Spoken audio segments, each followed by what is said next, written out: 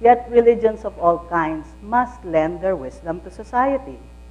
Thus, Bainchek calls for the free interaction of moral and ethical arguments in the public sphere.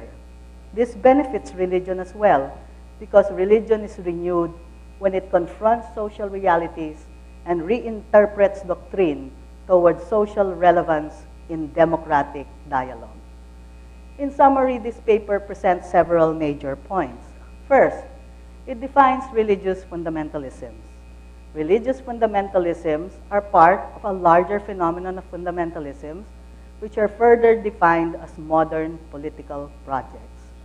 Because they are political projects, religious fundamentalists make alliances across religions and with other conservative movements. Despite the amazing diversity, they have a common agenda around the control of women, and in particular, women's bodies and sexuality. A related feature is that fundamentalisms attempt to construct group identities, and women are used as markers for such identities. Fundamentalisms are modern projects because they are reactions to the global political and economic realities. In particular, the current resurgence relates to the insecurity and mass poverty brought about by the excesses of the global capitalist economy, as well as the forms of socio-biological control necessary to global capitalism. All forms of fundamentalisms are essentially anti-democratic in character. As such, they are threats to the universal application of human rights and the broader political project of global well-being. Second, this paper discusses certain theoretical challenges posed by fundamentalisms. The phenomenon of fundamentalisms urges an analytical frame that insists on investigating the concrete and the contextual without sacrificing the recognition of systematic oppressions such as those related to class, race, and gender. Fundamentalisms challenge the validity of theories that recognize only power that arises from the productive economy and the state apparatus. It calls on a more nuanced view of power that accepts that power can come from various sources and that cultural and other non-state actors and institutions can sometimes be the main purveyors of exploitation and oppression at particular moments. Fundamentalisms also point to the fact that individual and group identity are constructed within social and political conditions and are not stable, pre-given entities. Fundamentalisms are also better explained by theories that understand the biopolitical nature of social control in late capitalism, theories that integrate desire into the political economy. Third, this paper explores feminist responses. Feminists' resistance to fundamentalism must stem from an understanding of the phenomenon and the practical and theoretical challenges it poses. There is a need for thoroughgoing defense of women's human rights in the light of the fundamentalist resurgence. The assertion of the universality of human rights is urgent. There is also a need to insist on the comprehensive application of human rights that resists contraposing individual freedoms against collective well-being and vice versa. Women must also use their power to assert all aspects of their identity, religious, tribal, national, sexual. They must be able to define for themselves what membership to any group means. In terms of political movements, there is a need to deploy identity politics so that it achieves carefully chosen political goals. Secularism must be redefined so that it upholds the principle of overall equality, including gender equality. It must also allow for the discussion of moral values in the formulation of public policy within parameters of upholding the universality of human rights, anti-discrimination, and the protection of the rights of the minority. This public space for discussion, while recognizing moral values, cannot privilege one religion nor must it ignore the fact that many moral values are not based on religious faith.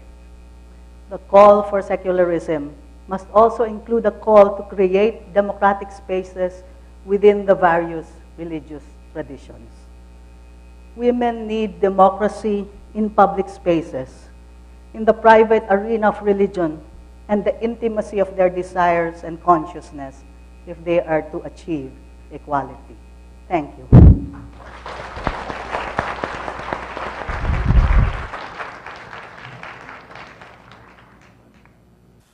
It is quite a challenge to be requested to react on such presentations as so well researched, analyzed, and presented, and the subject matter has been comprehensively discussed by the three.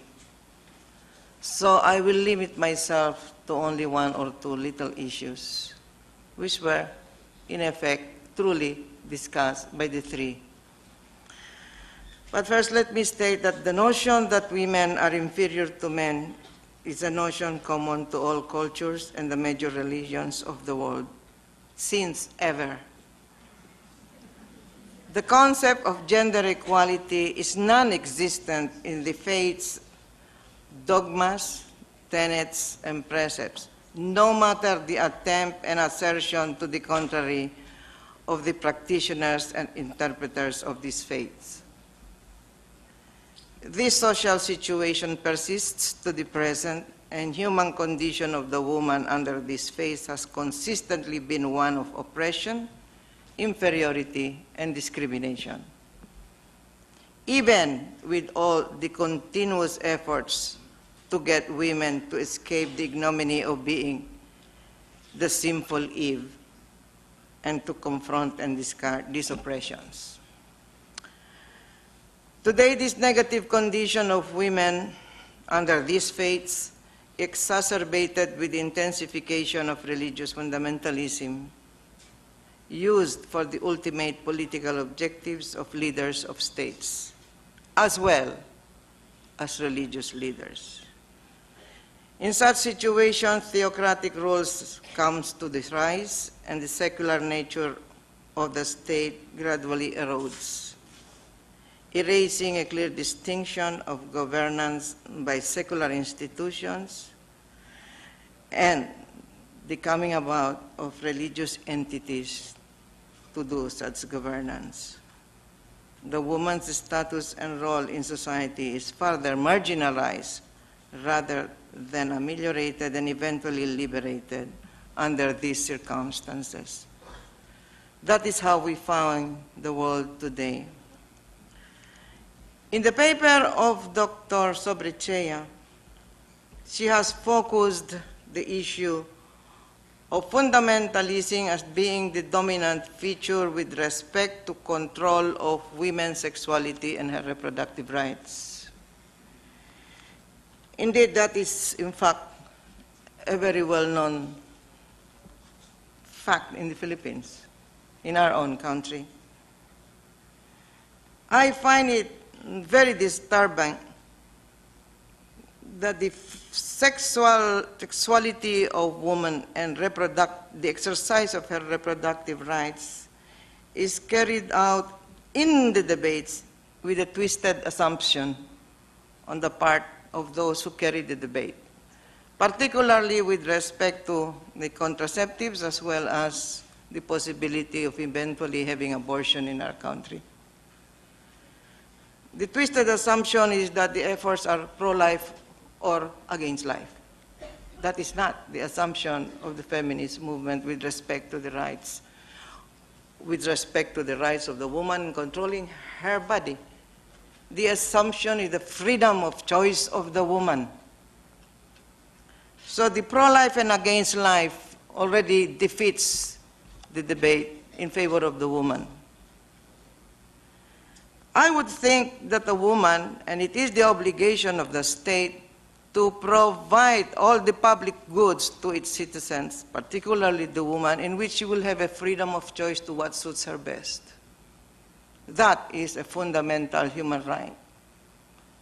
In the matter of family planning as well as abortion, that is not available. In fact, in abortion, our own constitution, which should be eliminated from the constitution, prohibits abortion. I am and will always stay by abortion that is legally and clinically managed. Anything less than that, I will not allow. But definitely abortion has to be carefully studied in this country, researched, analyzed, debated for the sake of the woman who will eventually may have to make use of it when it is clinically and legally managed. The profile of against life or pro-life with respect to family planning is a totally twisted debate. Family planning, short of abortion, because we don't call for abortion, conceives the fact that it is exercised even before conception takes place. I'm not a doctor of medicine, but I don't think family planning deals with family planning. Once a woman is pregnant, then you will have family planning. Once it hit the mark, it's there. Family planning is finished. You have the child being conceived. Family planning means before conception. And that choice arises on the part of the woman, whether she will have the child or not. And all means available should be accessible to the woman. It should not be denied. Now, these are the points with respect to Dr. Sobritchea. And with respect to Madam Mohideen, Madam Mohideen rightfully has said, given us, in fact, a very beautiful idea of the march of Christian fundamentalism as well as other sorts of fundamentalism worldwide. Now, the Islamist movement worldwide is complex indeed, and is personally pursued, particularly under a globalized world order,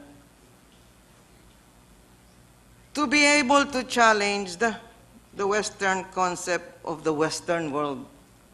This is the desire and the bias of the Islamists to establish the so-called Islamic State. And in these efforts, a hodgepodge of fundamentalist actions take place, particularly religion.